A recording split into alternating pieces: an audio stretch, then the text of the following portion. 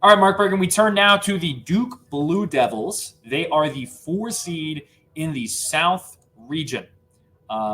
This is Duke falling a bit, as we saw towards the end of the year. They lost 2 games, one against UNC to end the regular season, and then lost their first conference tournament game against the NC State Wolfpack on their run. Mark, what are your thoughts on a potential path to the Final Four for Duke? I'm looking at this bracket as simply as this in the South region.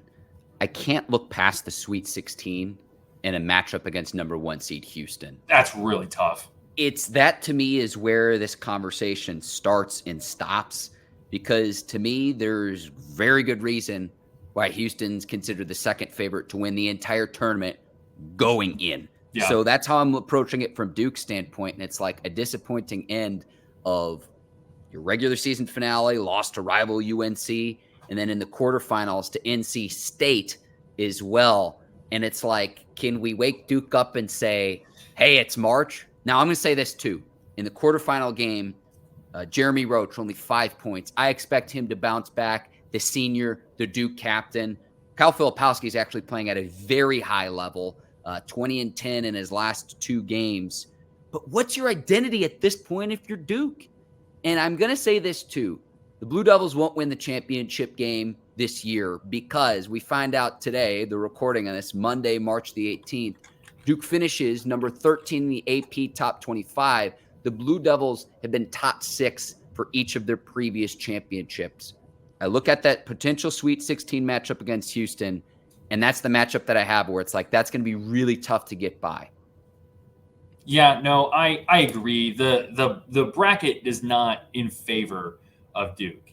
And part of that was in their control, right? If they would have beaten NC State, if they would have won against UNC at the end of the game, not go down like 20 points against UNC at Cameron Indoor. I do think we can get lost a little bit in the moment for Duke right now, because before this, right, they were looking pretty good. They were on a pretty good stretch.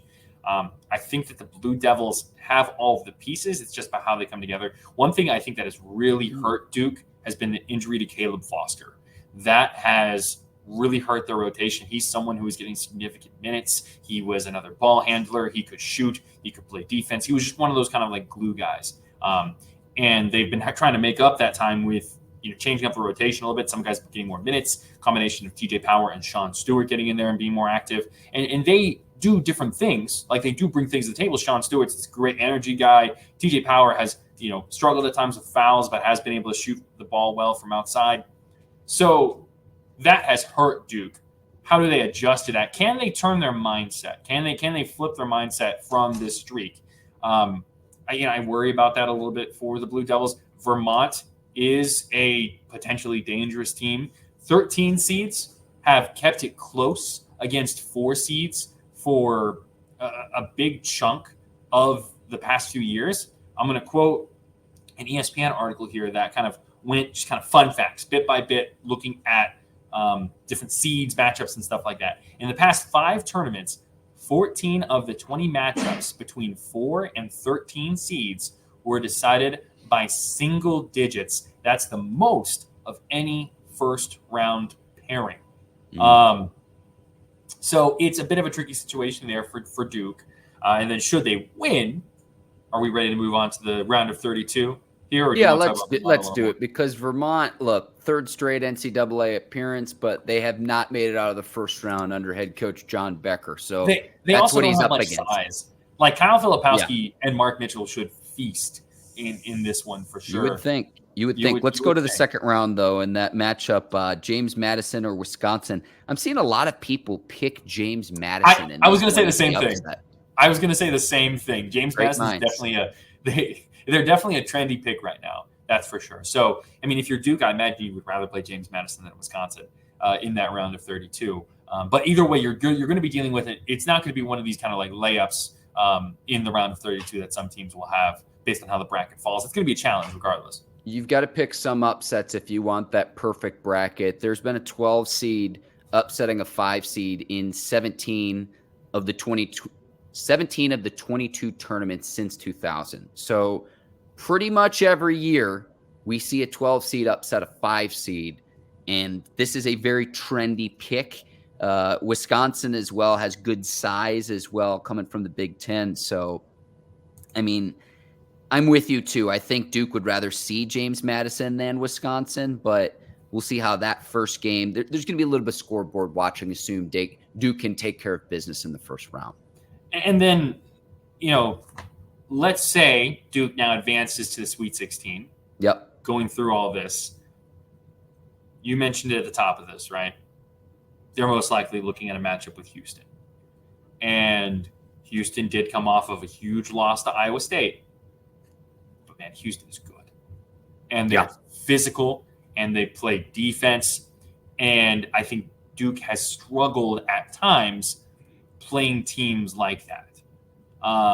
So how does that work out for the Blue Devils? We've seen them. I've said this all year.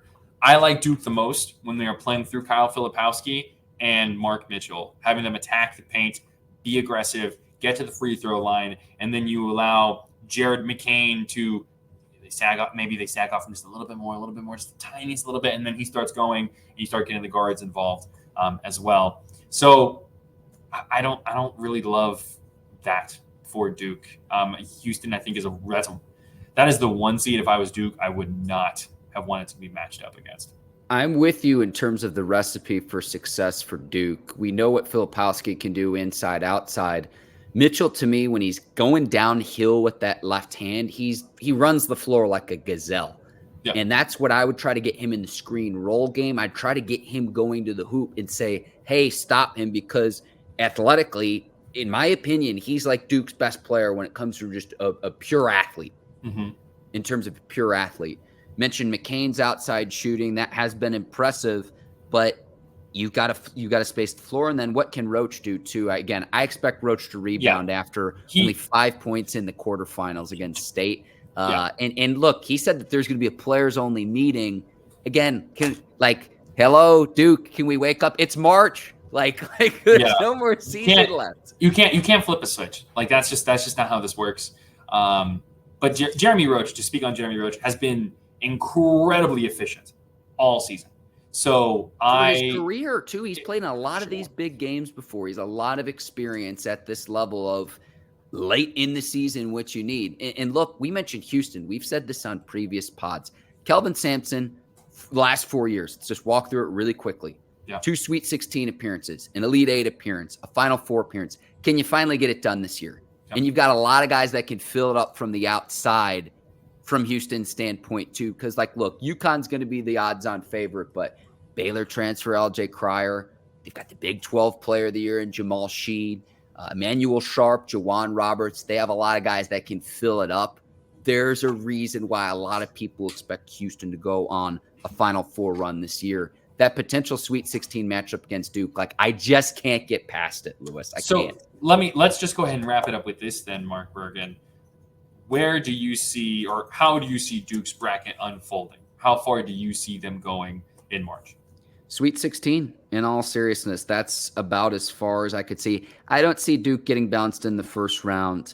We'll see what happens with Wisconsin and James Madison in round 2. But then assuming Houston takes care of business against Longwood in the first round, and then you've got Nebraska and Texas A&M in the 8-9 matchup, I fully expect Houston to get out of the first weekend. So it's I'm looking that square in the eye in the Sweet 16.